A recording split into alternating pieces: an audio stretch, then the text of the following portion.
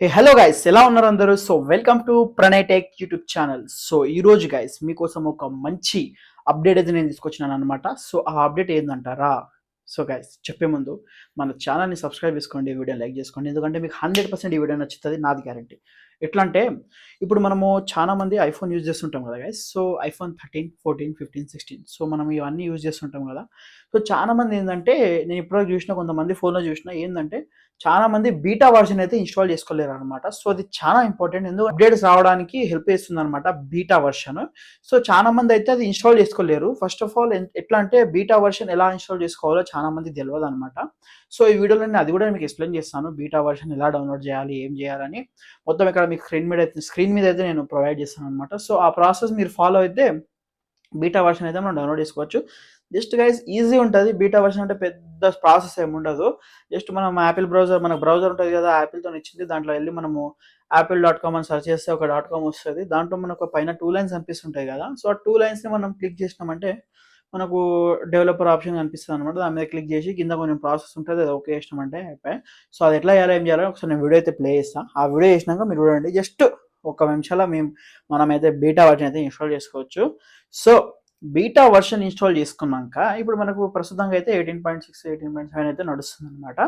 So యాపిలోడు ఏం చేసిండంటే డైరెక్ట్‌గా iOS 26 అనేది మనకైతే ప్రొవైడ్ చేయడం జరిగిందనమాట.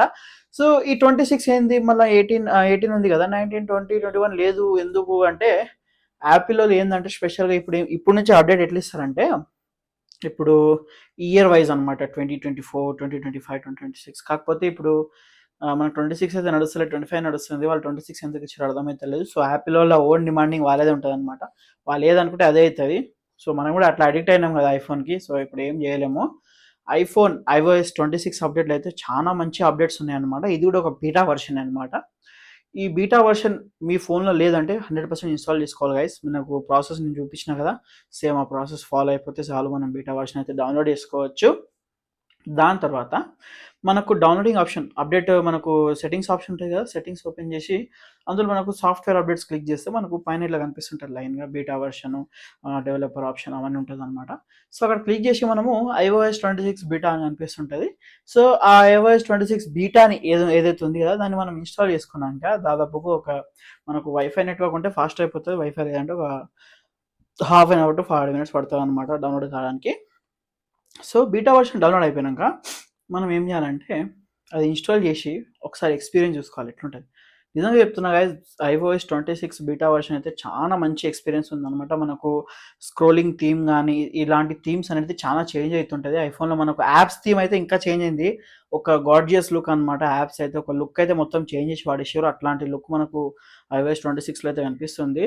సో మనకు అప్డేట్స్ అనేది ఏంటంటే గైస్, ప్రతి ఫోన్ అయినా సరే, ఏది ఆండ్రాయిడ్ అయినా సరే, iOS అయినా సరే, ప్రతి ఫోన్‌కి అప్డేట్ అనేది చాలా ఇంపార్టెంట్ అనమాట. ఎందుకంటే ఆ కంపెనీ వాళ్ళు ప్రొవైడ్ చేస్తారు అప్డేట్. కొన్ని ఇయర్స్ అయిపోయినాక ఆ ఫోన్స్‌కి అప్డేట్ రాదనమాట. ఇప్పుడు మనం 2022లో ఉంటాము. దానికి ఒక 2-3 ఇయర్స్ అప్డేట్ వస్తది. దాని తర్వాత అప్డేట్స్ రావు. ఎందుకంటే ఆ ఫోన్ ఇక అదే లాస్ట్ ఇక. దానికన్నా మించి దాంట్లో ప్రోగ్రామ్స్ ఏం చేయలేము. సో అప్డేట్స్ రావు. సో ఇప్పుడు అప్డేటెడ్ ఫోన్స్‌లో ఏందంటే అప్డేట్స్ వస్తుంటాయి. ఎందుకంటే దానికి మించి ఇప్పుడు మనం యూజ్ చేస్తున్న సాఫ్ట్‌వేర్‌కి మించి ఇంకా హై క్వాలిటీ మనకు ప్రొవైడ్ చేయడానికి కంపెనీ వాళ్ళు ట్రై చేస్తుంటారు. అందుకని అప్డేట్స్ అనేది ప్రొవైడ్ చేస్తుంటారనమాట. దాని ద్వారా మనం అప్డేట్ చేసుకుంటే మన ఫోన్స్ అనేది మంచిగా స్మూత్‌గా రన్ అవ్వడం గానీ, కెమెరా క్వాలిటీ ఇంప్రూవ్ అవ్వడం గానీ, యాప్స్ పర్ఫార్మెన్స్ అవన్నీ ఇంప్రూవ్‌మెంట్ అయితాయనమాట. సో అవన్నీ ఇంప్రూవ్‌మెంట్ కావడానికే మన కంపెనీ వాళ్ళనేది అప్డేట్ అనేది ప్రొవైడ్ చేస్తారు. చాలా మంది ఏందంటే ఫోన్ అప్డేట్ చేస్తే బ్యాటరీ పర్సెంటేజ్ దిగుతది ఇదని. సో గైస్ ఒక మాట చెప్తున్నా, గుర్తుపెట్టుకోండి. మీరు ఐఫోన్ కొన్నారంటే నార్మల్ యూజ్, మాలాంటి ఇన్‌ఫ్లుయెన్స్ కాకుండా నార్మల్ యూజ్‌కి పెడుతున్నారంటే ఒక 2 ఇయర్స్ బ్యాటరీ మీద నమ్మకం పెట్టుకోండి. మాలాంటి కెమెరా 24 అవర్స్ కెమెరాలనే ఉంటారంటే ఒక 1 ఇయర్ బ్యాటరీ మీద నమ్మకం పెట్టుకోండి. ఒక 9,000, 10,000 పక్కన పెట్టుకోండి. ఎందుకంటే 1 ఇయర్ తర్వాత బ్యాటరీ ఏపిచ్చుకోండి అంతే. ఏపిచ్చుకోవాలి. ఐఫోన్ కొన్నామంటే బ్యాటరీ ఏపిచ్చుకోవాల్సిందే. సో ఇది ఐఫోన్ రూల్ అనమాట అంతే. మనం ఏం చేయలేము. ఓకేనా?